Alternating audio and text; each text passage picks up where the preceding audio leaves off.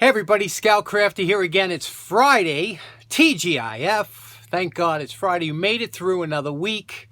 And October, always a great month for me. I love the weather starts getting a little bit cooler. I'm happy as a clam. And also, we've had a great week. This week we hit 25,000 subscribers, which is a big deal, you know, especially for somebody like me who's kind of a, you know, for kind of tool restoration goofball channel. I mean, that's I do appreciate it. And special welcome to all of the newer subscribers, and a really warm thank you to the subscribers that have been here for a while and still stick around to see what's going on, and especially thanks to the people that always add comments and you know, help out with any of the projects that we're doing with some advice and things like that in the comments section. We really are like one big family here. You know, if you notice, you read the comments, there are no jerks, you know, there's very...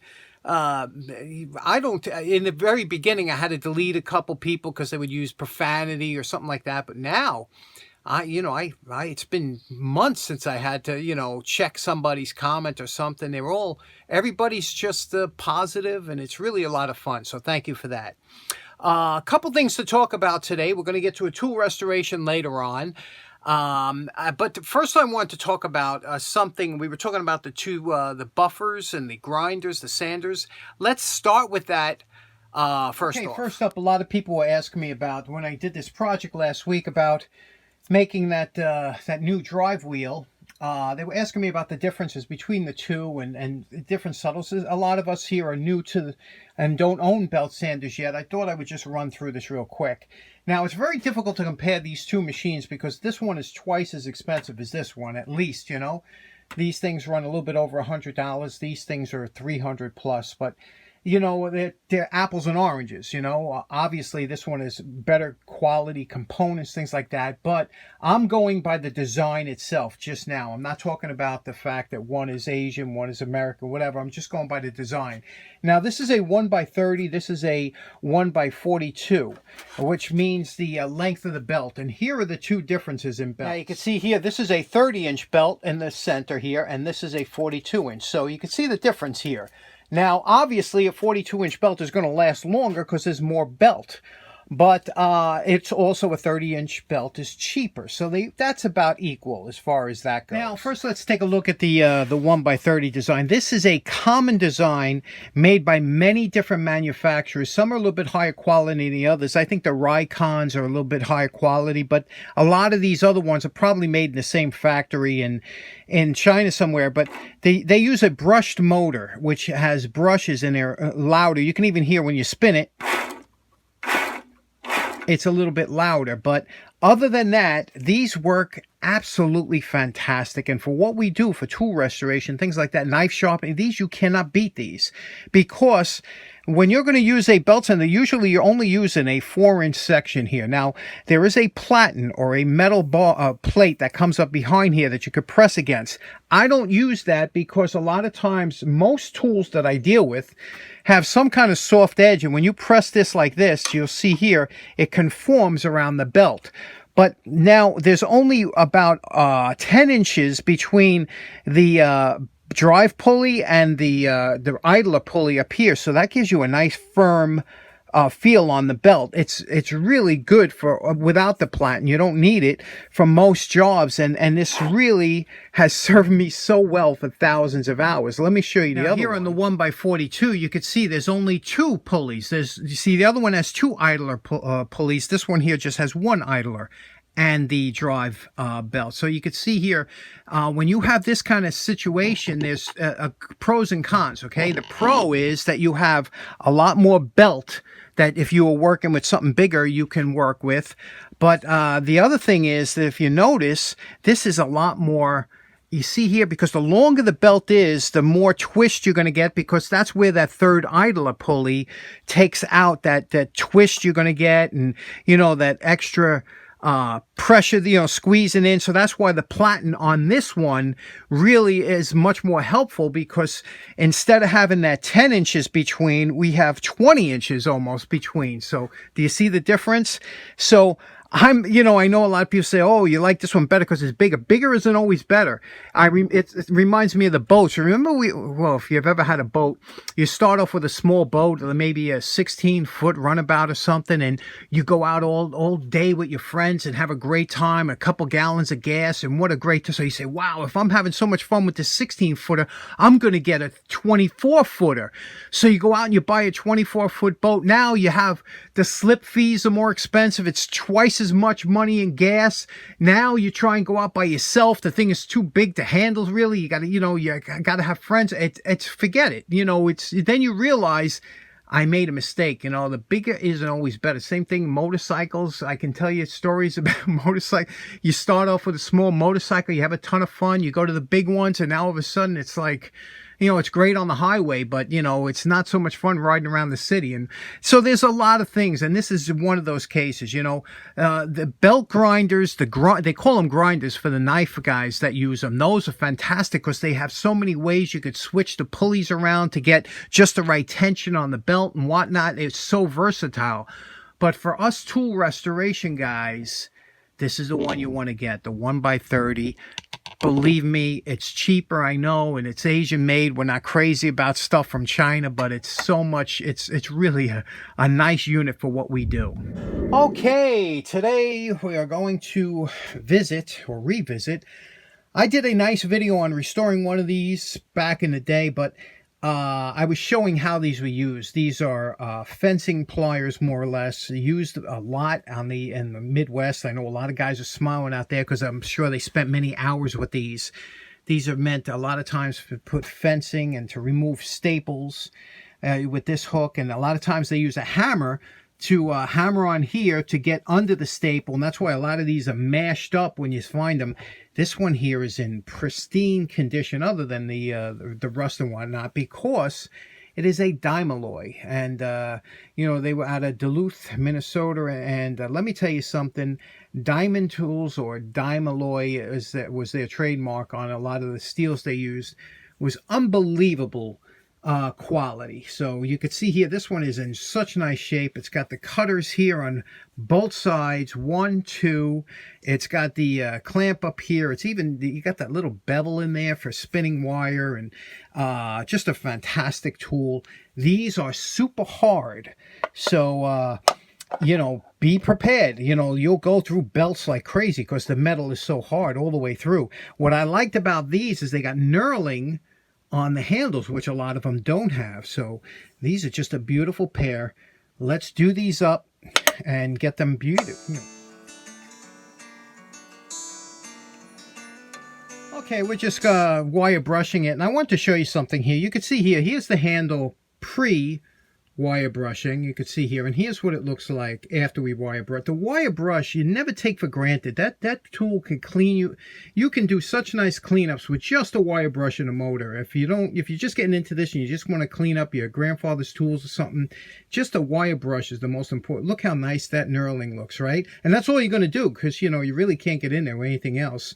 And we did the inside of the handle. You see the inside here compared to before?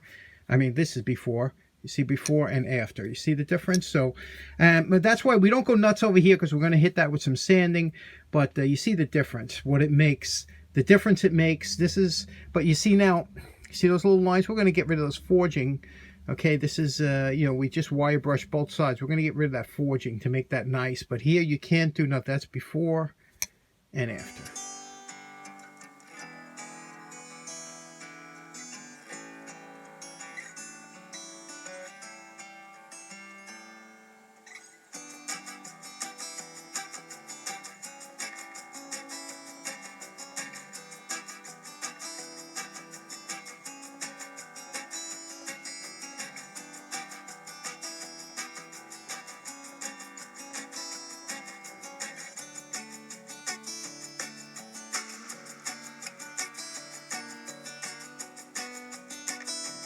Next up, ever since I was a kid, I've been fascinated with time travel stories, I guess when I was a kid, I saw the H.G. Wells rendition, the Time Machine. I always thought, wow, that'd be great to be able to go back in time and certain things. And as a kid, you think about how could you make money or take advantage of the situation. So you say, wow, I'll go back in time and I'll bury some coins that are common back then, and then now they're, you know, and then cash them in, you know. But I would always think, where would you bury stuff, you know? Where would you, if you could go back 150 years in time or whatever, and you wanted to bury something, like, you'd have to bury it in this, because over here in the city, everything was ripped up. Nothing looks the same as it did 100 years ago. Homes disappear. The average tree only lasts 100 years if you're lucky. So, you know, you say, I'll bury it under a tree. No matter what you do, where would you put it? So I was thinking, we do have this, I spoke about this before, a monument up the street from me that was dedicated to the founder of this town. It's called a Papanusan Monument, and it's still there. And look at this cool picture from the 1880s, right after the monument was built, with these two women standing in front of the monument. And how amazing is that? Now, what I find amazing about this picture is, if you look at here, you could see that there are dirt roads on both sides of the monument. Again, this is the probably about 1885, 86, something like that. And you could see here the trees, the young trees there, they were all gone. And here is a picture of the monument today, and you could see the difference. First of all, you know, with the signage and it just looks like heck, doesn't it?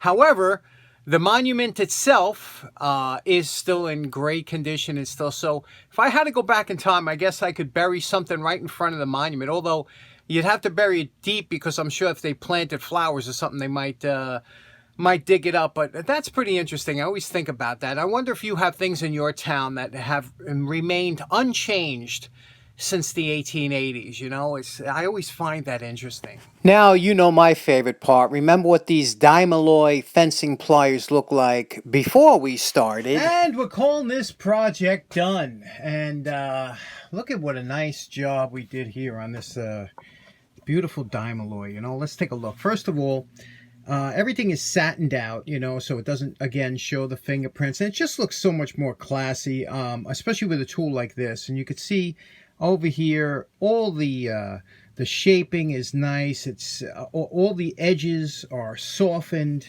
Did the handle, you remember on this handle had the that casting marks, and now we made it nice and smooth. Of course, we did a little Scoutcrafter red baked on the inside. And look at that beautiful handle embellishment. Isn't that nice? Isn't that just beautiful? And yeah, it's you know, a beautiful looking, a nice performing. Again, kept all the letters, even enhanced them a little bit, you know, the DIAMALLOY. Just nice. Now, I looked at one of my earlier, again, I did a couple of these already on the chat. This one here, I don't know if I did this was one I cleaned up just to use, but this is an old Merit. And you can see here, I look at this, I say, man, look at, first of all, you know, look at all the pitting that's still on there. That's, I mean, by my standards now, that would be totally unacceptable. But, you know, back then, I guess it was a rusty mess and I cleaned it up. But, like, even the face, you see how the face here, now look, compare that to the face that I do now. Look at that. Look at that face now compared to... So we all get better with our restorations. You know, we look back at our early work and kind of, oh... It's a little bit, you know, it's embarrassing almost. But you were seeing what I was saying about how DIAMALLOY, how they put a little countersink on there in that holes. And, you know, a lot of earlier other tools didn't have it. Another thing is, look at here, like the forging here. You see here, they attempted a small grind over there on that. But you know what? This is the only one I wanted to keep. I took the Dremel, I was going to take it out, but... Look how nice and straight that forging line is. And I said, I just like that. So that's the only, you know, normally I take them off, but this was just so nicely done. I said, that's the only one I kept on there. You know, all the other ones I took off even on the insides. But that one just was so nice. You know, you could see it was a high quality forging. You could see they're very similar in size, you know, but the DIAMALLOY, boy, I'll tell you, they really put some extra effort into their tools and tool making. And you can see it's got the cutters, and let me show you how the cutters work. It's really a sweet high leverage plier to use for... Now again, this was made to use for fencing wire, but here we're using an old wire hanger, and this is the old type, the hardened type. But look at this. It cuts through it like it was butter. I mean, these are meant for heavy duty work, you know, and they really do it again with the leverage, because you got that long handle. These are really good operating pliers, but I never use them because I don't do much fencing. But I know the guys, a lot of guys out west, they still use these all the time. They have them and they do last. Now, the funny thing about them is they are all hard from here to here. Sometimes the handles used to be made with a different temper. Not these. They're hard all the way through. So, you know, the whole tool is meant to be used. So there we go. Now, this is a little bit of a kind of a tribute tool for DIAMALLOY. I really enjoyed doing this one, and this was a good project. So in closing, that was a lot of fun, and if you are getting started in this hobby, believe me, you are going to get so much better as time goes on. It's just the way it is. We all do, you know, all of us that started off a couple of years ago, our projects are getting better and better, and, you know, we keep moving the bar and challenging each other. So it's a lot of fun. If you're on the fence about doing some tool restorations, dive right in. Start with some inexpensive, cheap, rusty junk tools, and you'll see how much fun it is. A special announcement, tomorrow I'll be at Jacktown, Pennsylvania, which is in Bangor, Pennsylvania, Jacktown Steam Engine Show, and we're looking for, we always meet up around the gazebo around 10 o'clock or something if anybody's there, but I know they're calling for rain. Doesn't matter. It's a rain or shine show. Hopefully it'll be in the afternoon, the rain, so get there early. We get there, you know, as soon as daybreak. Stay there for a while, walk around, have a good time, enjoy yourself. And if you're there, I'll say hello. I'll be wearing my red backpack. Say hello. Anyway, thanks so much for tuning in. Again, thanks again for the 25,000 subscribers. I hope you have a great day. Take care now. Bye-bye.